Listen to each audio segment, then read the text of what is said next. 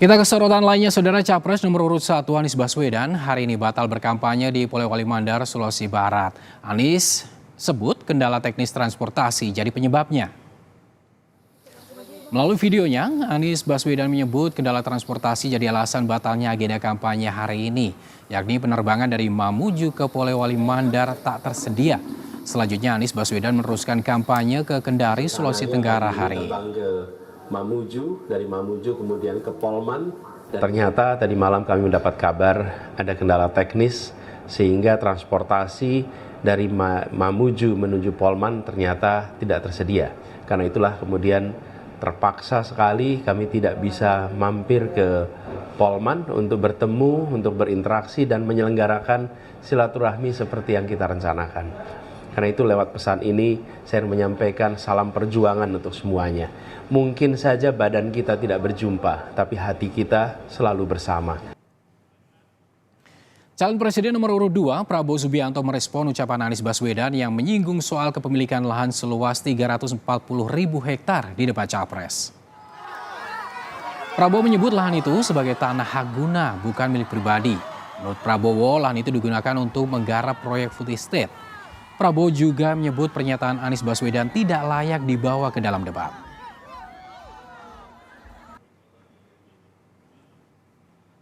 Ya saudara-saudara, ada pula yang nyinggung-nyinggung.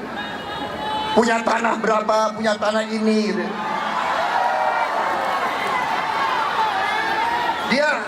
Dia pinter.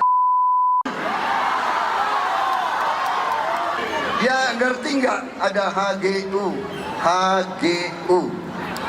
hak guna usaha, hak guna bangunan, hak pakai, ya kan? Itu tanah negara, saudara. Daripada dikuasai orang asing, lebih baik Prabowo yang mengelola. Selanjutnya, Saudara, calon presiden nomor urut 3 Ganjar Pranowo membantah telah menyerang personal kandidat lain saat debat Pilpres ketiga akhir pekan lalu. Hal ini merespon pernyataan Presiden Joko Widodo yang merasa kecewa dengan jalannya debat karena perdebatan dianggap menyerang personal, bukan visi misi dan kebijakan Capres. Ganjar mengklaim semua yang ia pertanyakan masih dalam konteks visi misi dan kebijakan dari pemerintah melalui Menteri Pertahanan yang saat ini juga masih dijabat Capres nomor urut 2 Prabowo Subianto. Saya rasanya tidak pernah sekalipun menyerang Pak Prabowo, Mas Anies secara pribadi itu enggak itu. Yang saya serang semua kebijakan kok.